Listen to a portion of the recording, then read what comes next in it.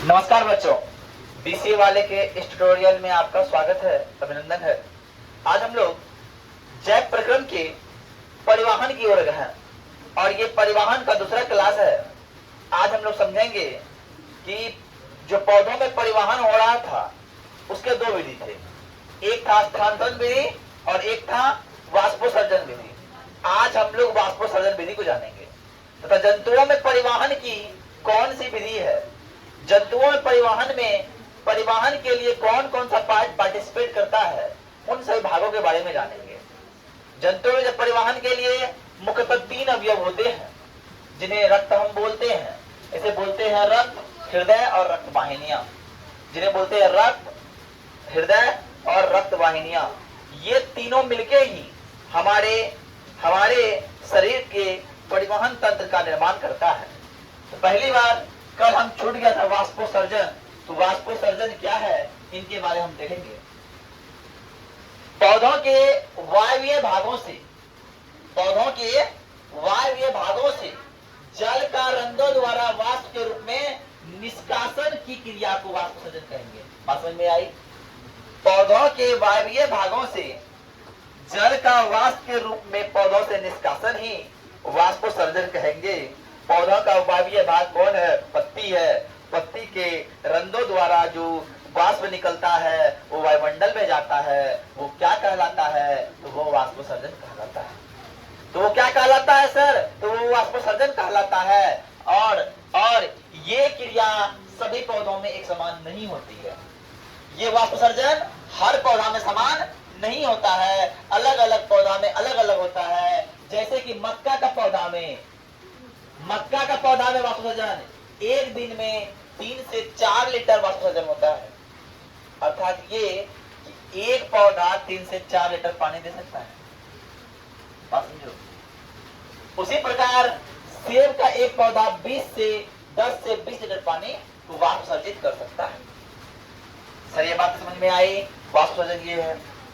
Sir इसके फायदे क्या हैं, क्यों महत्वपूर्ण है ये कहता है पौधों के मूल से चोटी तक लगातार जल की धारा वाष्पोत्सर्जन के द्वारा ही प्रभावित होती है। कहता है पौधों के मूल जड़ से उसके चोटी ऊपर तक, शिखर तक जो क्या बोलते हैं जल का जो धारा जाता है वो किस विधि से जाता है? तो वो वाष्पोत्सर्जन के द्वारा आता है। ये पौधे को जल भी चाहिए, खाना बनाने जल चाहिए जी। तो मम्मी को खाना बनाने पानी चाहिए और चाहिए तो पौधों को भी चाहिए, है कि नहीं? और यह खनिज अवशोषण एवं परिवहन में भी सहायता करता है। और खनिज किस रूप में आता है? तो खनिज जलीय रूप में आता है। खनिज किस रूप में आता है? खनिज जलीय रूप में आता है। वो पानी में मिलकर ही घुलनशील होकर ही ऊपर आता है ना? और ये पौधों में ताप क्रम संतुलन बनाए रखने का काम करता है। और ये पौधे को तापमान अधिक हो जाएगा तो सूख जाएगा जी, उसको संतुलित करने का कार्य करता है। कौन? ये वाष्पोत्सर्जन। आई बात समझ में? अब तक हम पौधे के परिवहन के बारे में पढ़े। पौधों में परिवहन के लिए दो प्रकार का उत्तक होता है। एक होता है जाइलम उत्तक, एक होता है फ्लोएम उत्तक। उसे पौधे का हम संवाहन उत्तक ही कर सकते हैं, पौधा का परिवहन उत्तक ही करते हैं। लेकिन अब जंतु की बात जब आते हैं, जंतुओं में परिवहन कैसे होता है? हम लोग किस श्रेणी जंतु? उच्च श्रेणी जंतु कैसे हैं? उच्च श्रेणी के जंतुओं में विशेष प्रकार के परिवहन तंत्र होते हैं जो ऑक्सीजन, कार्बन डाइऑक्साइड, पोषक तत्व, हार्मोन, उत्सर्जी पदार्थ को शरीर के एक भाग से दूसरे भाग तक ले आता है। ऑक्सीजन को इधर से उधर ले गया, कार्बन डाइऑक्साइड को उत्तक से कोशिका से बाहर निकाला, ऑक्सीजन को ले जाकर हृदय से फिर पूरा बॉडी में ले गया। समझो पहले, पोषक तत्व प्रोटीन, वसा, कार्बोहाइड्रेट को यहाँ से वहां ले गया, उत्सर्जी पदार्थ को मैं रेक्टम तक ले गया, रेक्टम के द्वारा बाहर निकालते हैं। ये सब प्रक्रिया करने वाला कौन है? यही है परिवहन तंत्र। तो परिवहन तंत्र कौन कौन है सर? किसको हम परिवहन तंत्र बोलेंगे? तो परिवहन तंत्र के 3 अंग होते हैं। सामान्य जंतु में परिवहन के 3 अंग है, हृदय, रक्त और रक्त कणी वाहिनियां। अब रक्त क्या है? रक्त तो खून है सर। अब खून से कैसे यहाँ से वहां ले आता है? बोलता भैया खून में ऑक्सीजन मिलता है, खून में बहुत सारा पोषक तत्व मिल जाता है, और खून के द्वारा ही हमारे बॉडी के सही भागत होता है। बात के लिए अब खून को कौन है जो खून को यहाँ से बजा रहा है? क्या आप पानी मोटर का पाइप में पानी रख दो, अब मोटर चलाओ मत, तो क्या पानी इधर उधर जाएगा? नहीं जाएगा। उसके लिए प्रेशर देना चाहिए जी, पर चाहिए कि नहीं? प्रेशर देने वाला कोई चाहिए, तो वो प्रेशर देने वाला मेरा है हृदय। हृदय हरदम पुक पुक करते रहता है, इसमें निकलता है लब डब साउंड। तो हृदय में साउंड कैसा निकलता है? जब वो बैठता है लब डब लब डब लब डब लब डब करते रहता है, उसका आवाज ऐसा है, हृदय का आवाज ऐसा है। इसीलिए हृदय का उस आवाज को ही देखते हुए ईसीजी करता है, तो यहाँ क्या करता है, वो लगाता है यहाँ यहाँ यहाँ लगाता है, चुट्टा लगाता है, ईसीजी मशीन में लगाता है, और इसी मशीन में जिसका जो हृदय साउंड करता है उसका ऐसे ऐसे रहता है, ऐसे ऐसे रहता है, ऐसे ऐसे रहता है। जिसका हृदय साउंड करना बंद, उसे रहता है कि नहीं? मतलब जिसका हृदय लब डब कर रहा है, इसका मतलब जिंदा है। और जिसका हृदय लब डब करना बंद कर दिया, लब डब करना बंद कर दिया, बोला भैया निकल गया, ये हमारा नहीं रहा, ये अब किसका हो गया? परमात्मा का हो गया, है कि? तो अब आते हैं, अब रक्त वाहिनियां क्या है सर? हमारे शरीर में रक्त को पहुंचाने वाला एक नली बना हुआ है, इसको नस बोलते हैं। अरे है कि नहीं? एक बार क्या हुआ, एक लड़का को एक लड़की धोखा दे दिया। हाँ, एक लड़का को लड़की धोखा दे दिया। धोखा कैसे दे दिया? बोला कि देखो हम तुमसे मोहब्बत करते हैं। बोला ठीक है, करती हो, अच्छी बात है, पर अब तुमसे हम मोहब्बत नहीं करते हैं। पहले बोला तुमसे मोहब्बत करते हैं, तुमसे मोहब्बत नहीं करते हैं। लड़का सपना सजा लिया, पूरा घोड़ी तो तैयार रख दिया, घोड़ा थोड़ा ऑर्डर दे दिया पूरा, जब हम जाएंगे, लेकिन अंत में बोलता है हम तुमसे नहीं, हम उससे करते हैं। उसका खुदा है, अपना नसिका को लिया से काट दिया।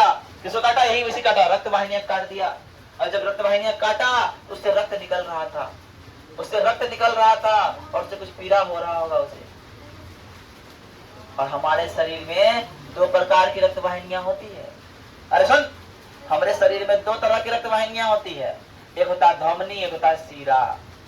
एक होता है धमनी, एक होता है सीरा। हम इनके बारे में पढ़ेंगे। लड़का लोग काटता क्या जानते हो? लड़का लोग, लड़की लोग काटता है, समझना है। लड़कियों लोग को हमको धोखा दे दो, काट लेंगे। तो लड़का लोग जो काटता है हाथ से बोलते धमनी, ये सब काटता है। और पावर सीधा करते ना, अगर मरना ही है ना, काट दो, खत्म खत्म। जानती हो क्या है? हम बताते हैं। एक रस घनानंद पढ़ाएंगे कि घनानंद क्लास 10 में है घनानंद का, बोलता है हे परहित दे धारण करने वाले बादल, मेरा एक काम करोगे? बोला क्या काम करना है जी? तो तुम सुने हैं कि समुद्र का खारा पानी को ले जाके अमृत बना के किसी के आंगन में बरसाते हो, खेत खलियाने बरसाते हो, और पौधा खिला आता है, हंसने लगता है पौधा। तो मेरा एक काम करेगा? मेरा जो ये आंसू है ना, बहुत पीड़ा हो दे रहा है आपको। काहे कि मेरी जो सुजान है ना, उनका विवाह हो गया किसी और के पास। एक काम कर दो, मेरा ये आंसू को ले जाओ और सुजान जहां रहती है उसके अंगना में बरसा दो। बोला ऐसे क्या होगा?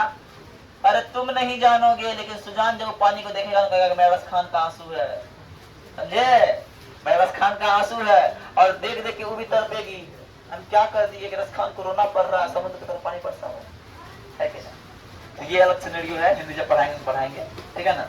अब आगे अब सब आते हैं। तो अब क्या है, इन तीनों के अलावा एक और चीज पाया जाता है।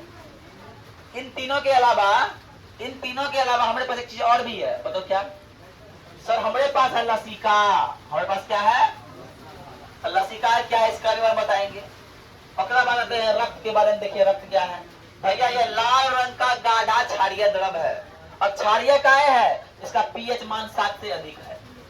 अरे एक पीएच मान 7 से अधिक है इसलिए क्षारीय है, और जरा पीएच मान 7 से कम होगा वो अम्लीय होगा। अरे बस में आई।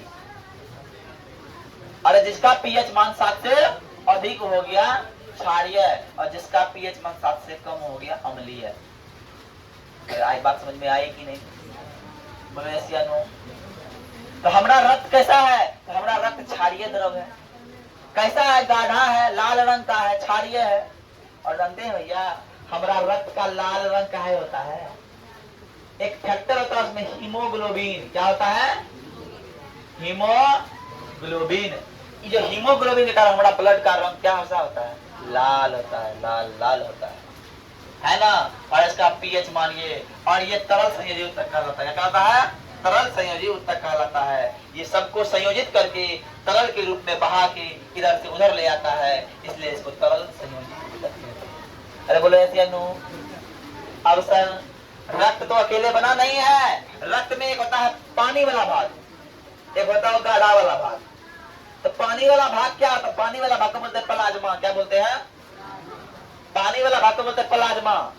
रक्त में जो तरल के रूप में होता है उसको बोलते हैं प्लाज्मा। और गाढ़ा वाला भाग में मिला रहता है तीनों, आरबीसी, डब्ल्यूबीसी और प्लेटलेट। ये तीनों मिलकर रहता है किसमें? रक्त का कणिका वाला भाग में, गाढ़ा वाला भाग में। अब क्या करता है? कहीं कहीं प्लेटलेट्स निकाल दिया जाता है, जल का प्लाज्मा निकाल कर तब रखता है स्टोर करके। जल का प्लाज्मा, रक्त का प्लाज्मा निकाल लेता है तब रखता है ब्लड बैंक में स्टोर करके। समझे? प्लाज्मा नहीं चढ़ाया जाता है लोग को, प्लाज्मा ही चढ़ाया जाता है लोग को, नहीं चढ़ाया जाता है, आरबीसी नहीं चढ़ाया जाता है। ठीक है, प्लाज्मा ही चढ़ाते हैं हम लोग। किसी को जो ब्लड चढ़ाते हैं तो पूरा खून नहीं चढ़ाते, सिर्फ प्लाज्मा चढ़ाते हैं। क्या चढ़ाते हैं? प्लाज्मा। तो इसके बारे में हम लोग कल बात कर लेंगे। इसका होता है फाइब्रोजिन और हेपोरिन। फाइब्रोजिन और हेपोरिन क्या है? इसमें 2 प्रकार प्रोटीन पाया जाता है प्लाज्मा में। ठीक है, तो हम लोग इतना पढ़े, आज के लिए इतना ही। जय हिंद, जय भारत। जय हिंद, जय भारत।